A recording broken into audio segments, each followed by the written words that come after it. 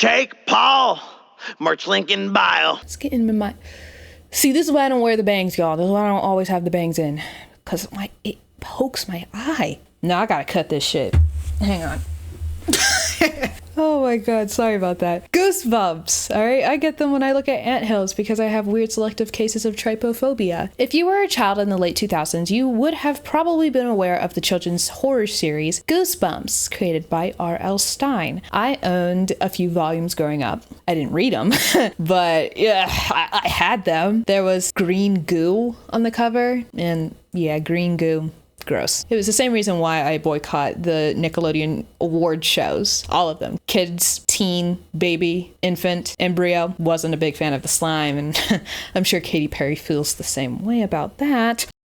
R.L. Stine had a show in the 2010s. I think it came out in 2010, and it was called The Haunting Hour. And I remember watching this show with my younger cousins because they were absolutely fascinated by the series, and they were especially fascinated by the first 2 episodes of the show. That's what we're going to be talking about today. Fun, right? I was 13 at the time, and I was binge watching Doctor Who. Arguably, there were a couple Doctor Who episodes that were 10 times creepier than the doll. Did you see the Slitheen episode? I saw the Slitheen episode, and the episode with the alien that was stealing people's faces. My point is, is that I didn't take the Goosebumps series seriously at the time, and so just out of curiosity, I remembered that the show existed, and so I decided to watch it recently to see if my opinion of it has changed. It hasn't. We're going to be looking at 3 episodes today. The first 2 episodes of season 1 and the last episode of season 2. I lied. I just lied straight to your face. See how easy it is for people to lie to you? All right? Don't take everything that I say at face value. I am lying out of my ass all the time. It's like my asshole has grown teeth and a tongue and it's just flapping. Didn't I make this joke before? I've made this joke before. I'm gonna keep making the joke. Get used to it. We're not gonna be looking at 3 episodes. We're just gonna be looking at the first 2 episodes of season 1. The last episode of season 2, it is in the universe that we're gonna be talking about today, but it's kind of just like a standalone thing. The first 2 episodes of season 1 tells the story of Lily, a spoiled girl who wanted a custom-made life-size doll that looked exactly like her. From the jump, this entire family is so dysfunctional. It's insane. The daughter is Veruca Salt coated. The mother has borderline psychopathic tendencies. The father is sporting so many shoe marks on his face because he's a literal doormat. And the brother is a gamer, which is the worst offense so far. Gross. The daughter, Lily, is super excited to get this custom-made doll, which is what all the little girls are supposed to be into, right? Girls are into dolls, boys are into monster trucks. Those motherly instincts aren't gonna wake up on their own. Let's also give girls toy vacuum cleaners and kitchen sets so that way they can get plenty of practice for their dreadful and inevitable futures. Yeah, the difference between the toys that are specifically targeted towards little girls and toys that are for little boys are glaringly different. Girls need to be entertained by motherhood with realistic baby dolls that can actually piss and shit in their toy diapers. Girls need their toys to be pink and purple with peace signs and smiley faces because they need to be happy and complicit. Otherwise, they'll be labeled as too emotional and too shrill. I'm sorry, I got a little swept up in there. Listen, I'm not saying anything that the Barbie movie hasn't already said. I would know. I saw the movie 3 times in theaters. I spent a lot of money during the Barbie era. I have a problem. The first episode starts with a slow pan shot of Sid's room from Toy Story. Yeah, because there's a lot of doll parts everywhere. It's very creepy. A doll maker is muttering to herself about how a doll head is wrong or whatever the hell that means. Listen, mama, I saw a few of those dolls on the shelves and I think you have several wrong dolls in your care, in your vicinity. Like this one has an overbite and this one looks like what's her face from Euphoria. You know which one I'm talking about. Which, hey, there's nothing wrong with plastic surgery and body enhancers. Just make sure that the customers are aware that the doll had work done, right? We wouldn't want to damage people's self-esteem by selling them a false narrative. Though judging by how the rest of the dolls look, I think their sense of safety and security will be damaged well beforehand, but hey, I digress. The doll maker throws the doll head and says that she's no good. Look, do you see? This is wrong. She's not good. Okay, this will be a common theme throughout the entire story. It's not that the doll is no good because she's like ugly or like a defect or something. It's because her spirit is corrupt. That is not your spirit, world. That is your boob. Despite being condemned by the doll maker, the doll was created anyway and sent off to Lily. That's the daughter. Lily is clearly an impatient little girl who wants things done her way or the highway. The highway of life. Life is a highway. Ka-chow. The older brother seems to be the only voice of reason in this house because he is the only one that consistently keeps it real. Like, he recognizes how bratty his little sister is and calls out his parents for their complicit behavior. Why don't you have her clean her room while she's waiting? Brandon, butt out. No, but I mean, don't you think it would be a good idea? Teach her some personal responsibility, time management, impulse control. It's futile, but I commend him for his bravery. When Veterans Day circles back around, I'm mainly saluting him. All right, thank you for your service, King. There are no monsters in this family. That's debatable, doormat. The doll pulls up in a hearse or something, which is a metaphor. Everything's a metaphor. You are literally a metaphor. The hill is a metaphor. Everything is a metaphor. You are literally a metaphor. Oh my god, this is the worst. This feels awful.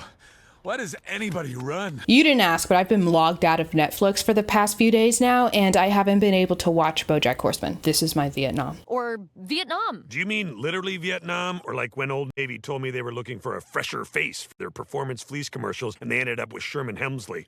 What? That was my Vietnam. I have so many questions about this whole setup that's going on with this doll, okay?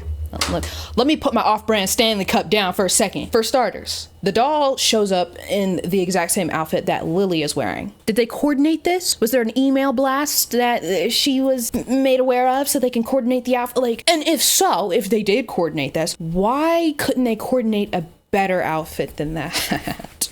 I get that it's the early 2010s, but you don't have to keep reminding me based off of your questionable style choices. I say that while sitting in my class of 2020 hoodie. I look like a bum today. Next question. Why is the doll called Lily D? Lily, I'd like you to meet Lily D. I get the Lily part, okay? I'm not an idiot. But what does the D stand for? Deborah? Denise? Diarrhea? Diana? Dementia? Doug Dimmadome, owner of the Dimmsdale Dimmadome? Okay, it probably stands for doll, but I needed to get my licks in. Another question. Why was TMZ on site with the camera? You would think that Lily won the lottery because this man is snapping photos like he caught a glimpse of the Loch Ness Monster. That's why I bought 17 disposable cameras. 2 on my ankle, 3 in my jacket, 4 for each of you, 3 extras in this bag, and 1 under my hat. You thought I was out of questions? No, I'm not done with you yet. Apparently, the doll can get their own cell phone with a legit phone number. Next month, Lily D can get her own matching cell phone with a real phone number. Oh, I don't think so. Who on God's polluted and disease-ridden earth would want that? To pay for an extra phone line? Do you know how expensive it is to pay your phone bill? This doll company is very questionable and the Better Business Bureau needs to be involved. Yeah, 0 expectations, which also seems to be the mantra of this restaurant. The doll gets her own bed for some reason. Why not? Lily hosts a PTA meeting or something in her bedroom because you cannot look me in the eyes and tell me that Lily likes those girls. Like, she's not actually friends with them. Everything Lily D gets, I get one too. This is our workout outfit. Sometimes my Delaney and I do karaoke together. I'm getting a nightclub set for her. There's a real microphone and a spotlight. It's on back order. Lily brags about all of the things that she gets for her life-size doll, while all the other girls are clutching on to their mediocre Barbie dolls. Ugh, poor people, am I right? One of the girls, Rachel, had enough of Lily's attitude and decided to instigate a little bit, which I love a good instigator. They're so great. Rachel told Lily that her doll hates her guts. Did that make sense? Rachel told Lily that Lily's doll hates Lily. There's a lot of players here. Just wanted to make that very clear. Lily had a very normal and calm reaction to this news, and she did what anybody would do in her position. Rip Rachel's doll out of her hands and make it an amputee. Lily talks to Lily D and gaslights herself into believing that Lily D actually likes her. What? You do? You love me? Oh, Lily D, I love you too. Are they shining? Is this Is this The Shining? How'd you like some ice cream, Doc? Since when could they communicate via telepathy? I fear that the D in Lily D stands for delusional. Mama Bear confronts Lily for her shitty behavior towards Rachel and her doll, but Lily doesn't care because she is just obsessed with Lily D. Mama confiscates the doll and keeps it in her room, but the mom starts developing this weird attachment towards the doll, like instantaneous. It was weird. So pretty. So well behaved. Aww. But then again, with a daughter like Lily, I start loving the doll too, because the doll actually shuts the fuck up. Sorry, Mom and Dad, they don't watch my videos, but I apologize for cursing. While sitting at the breakfast table, Lily screams in terror. Ah! That was my impression. Rated on a scale of 1 to 10.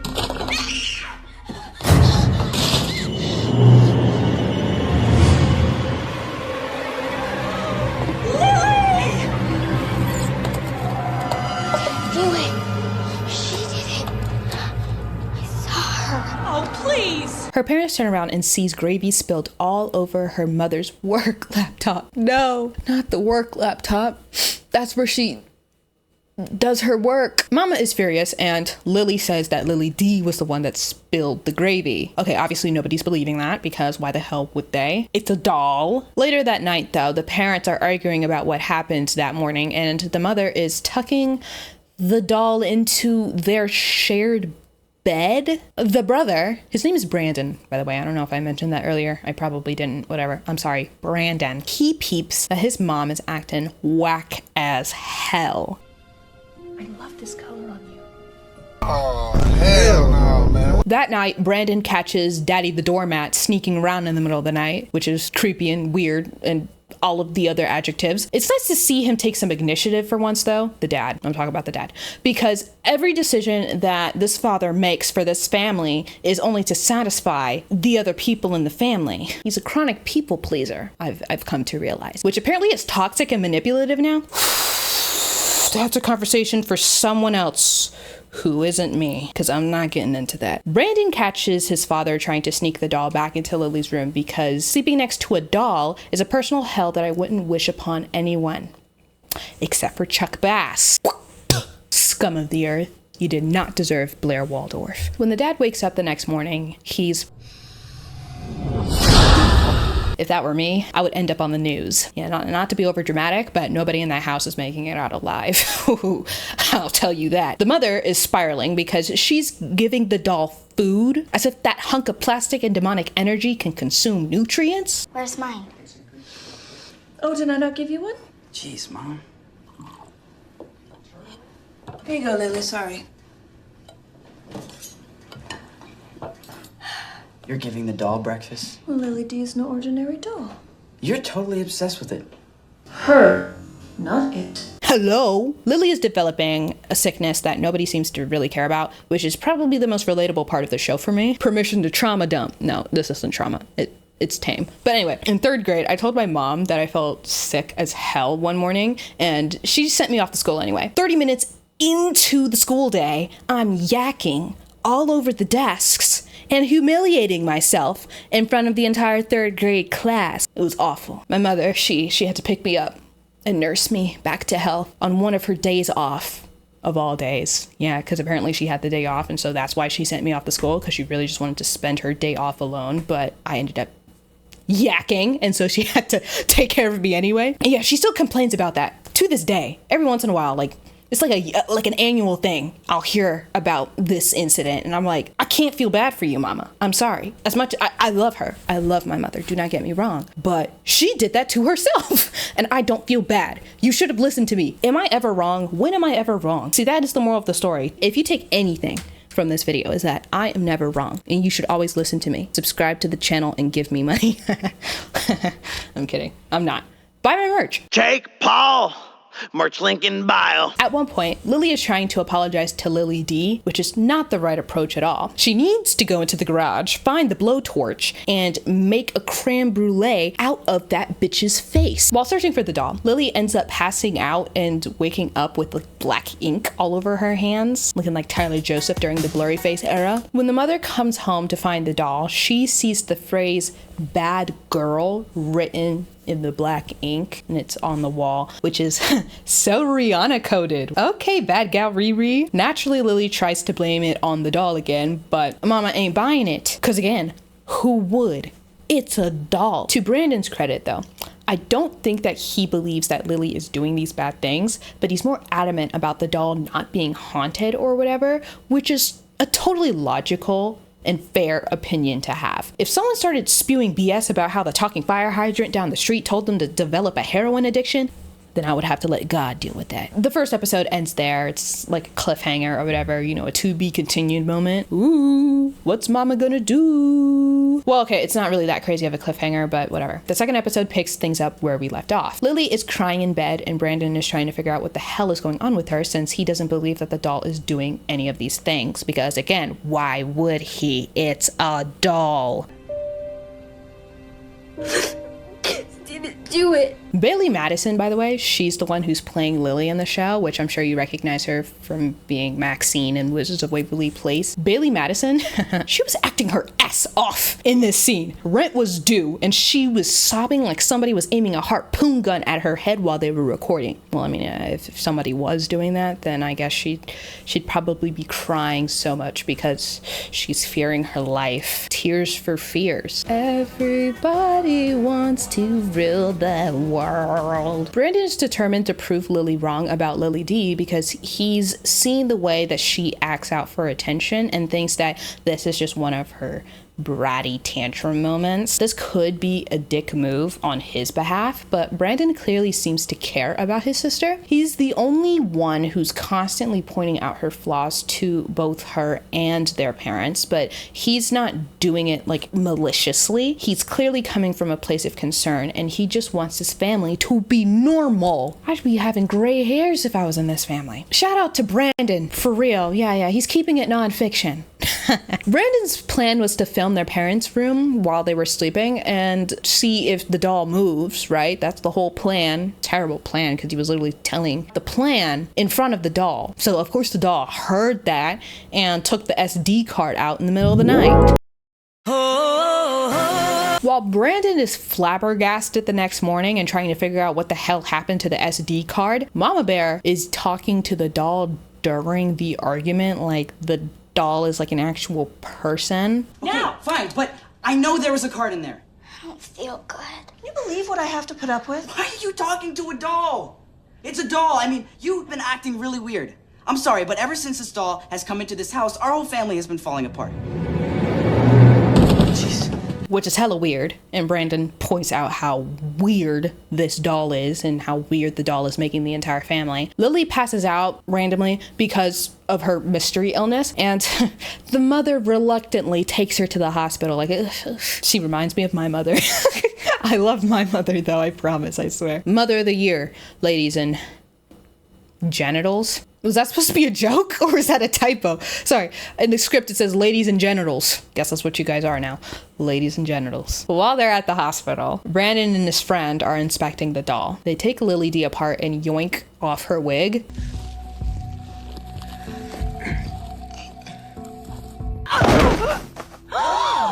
Oh my gosh, she's bald! She's bald and she's torturing people who have hair! And apparently the toy company had painted over the doll's head because it had writing that said, destroy this doll. Brandon and his friend, I'm sorry, I don't remember, nor do I care to know his name, so he's just going to be the friend. But they go to the doll company to investigate the defective dolls. They do a terrible job, though, of being stealthy because they're yelling and slamming doors and stomping their feet. Like a gang of evil dolls doing hand signals and stuff.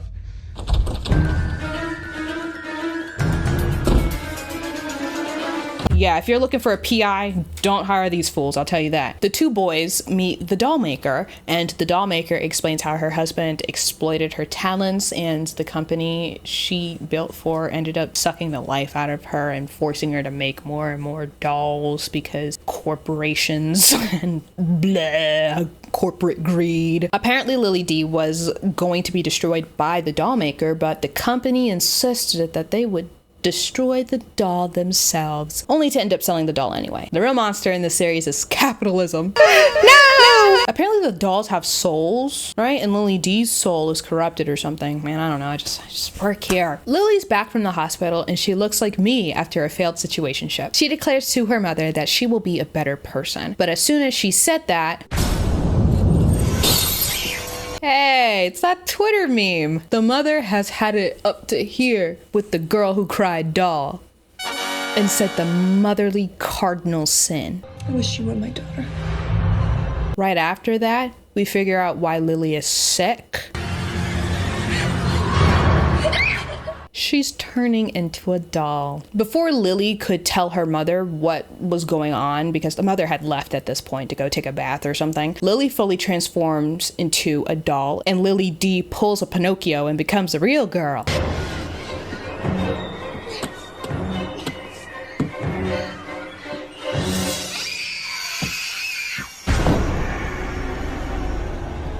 Mommy, wow, I'm a big kid now. Lily D wasn't satisfied with being a doll and she wanted to be a real girl for some reason. Does she know anything about misogyny, menstruation, the SATs? As a doll, you have no responsibilities and moral obligations to uphold. But, you know, I guess she was just dying to have that womanly experience of being sent unwarranted dick pics just because she had the nerve, the audacity to exist as a woman. Lily D tries to win over the family with over-the-top gestures, but everybody is hella weirded out by her. And by everyone, I just mean the mom and the brother. The dad seems to be perfectly okay with this. Can I help you, honey? No, Daddy.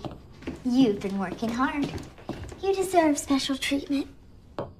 Incredible. Yeah, he's clearly, he does not question his surroundings whatsoever. He thinks this is normal. Thanks, doormat. When the mother hugs her, the mother notices that, like, Lily D, who's supposed to be her daughter, smells weird, and Brandon, he's just skeptical altogether. At one point, Lily D asks if the mom loves her, like, as her daughter, right? Because again, they switch places, all right? I don't know if that's clear for the people who are just listening and like half listening to what I'm saying. Lily D is now a real girl. The real Lily is a doll now. Yeah. What can I say? I'm sorry. I'm sorry. At one point, Lily D asks the mom if she loves her, and Mama Bear dodges that question. Do you love me, Mommy? Better get going, you're gonna be late.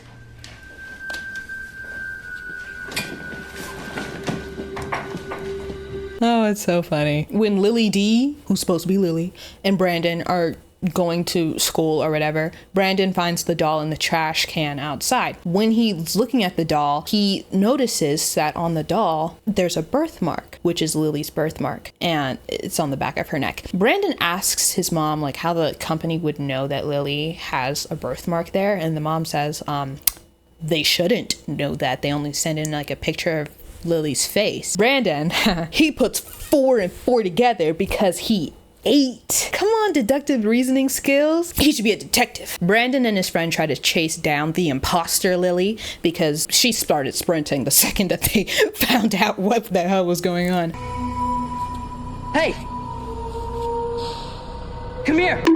Meanwhile, the mom, she's cradling the doll in her hands because she realizes that the doll is the real Lily based off of her scent, apparently. Just very primal of her. While the mother is weeping and cradling the doll, she declares her love for her daughter, and apparently declaring that love broke the spell that turned Lily into a doll, and Lily is a real girl again. Yay! Oh, my baby. I love you so much.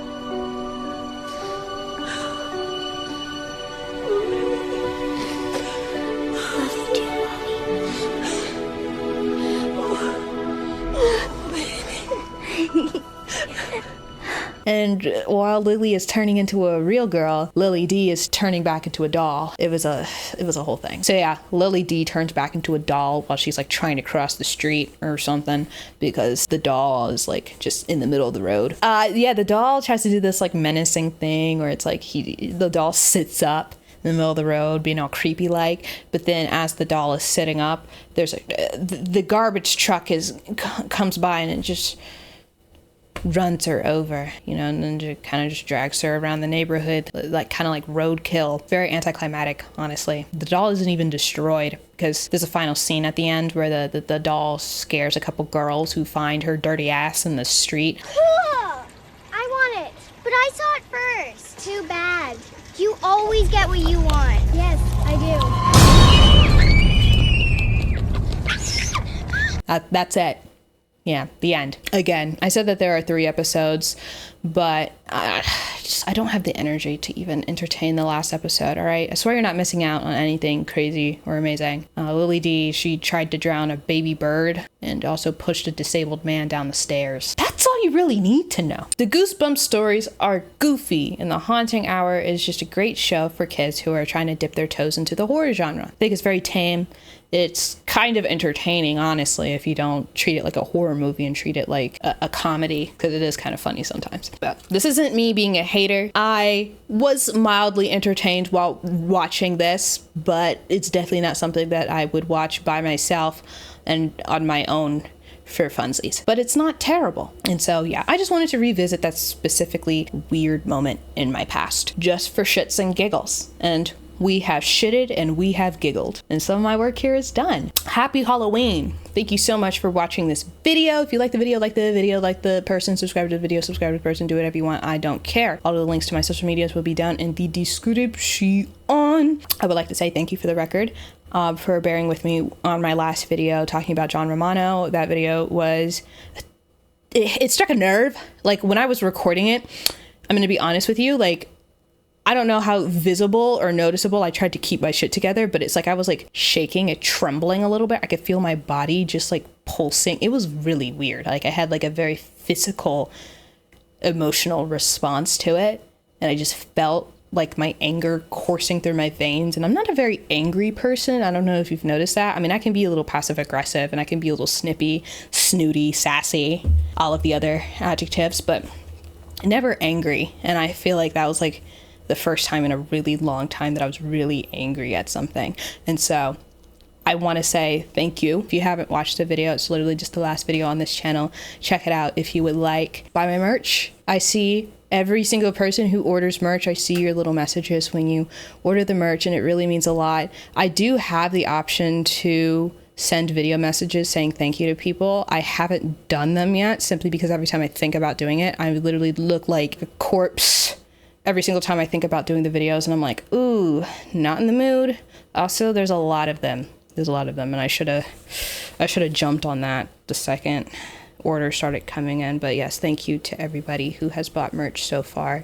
I want to come out with more merch soon. Soon meaning like a couple months. I'm not thinking about it anytime soon. I'm working on a couple other things. I'm trying to figure some other things out right now. So stay tuned. Thank you for all of the love on this channel. I feel like I don't say thank you enough to all the people who do support this channel, as well as my second channel. I have a second channel. Go check it out if you want to see more of me. I have a lot of video. I post there really sporadically. It's very weird. I went 2 weeks without uploading anything, and then in the past 3 days I've put out 3 videos. So it really just depends on my mood. It's all the channels are getting fed. I can't let y'all go hungry. I would be a terrible mother if I did so. So thank you for everything. You can go now.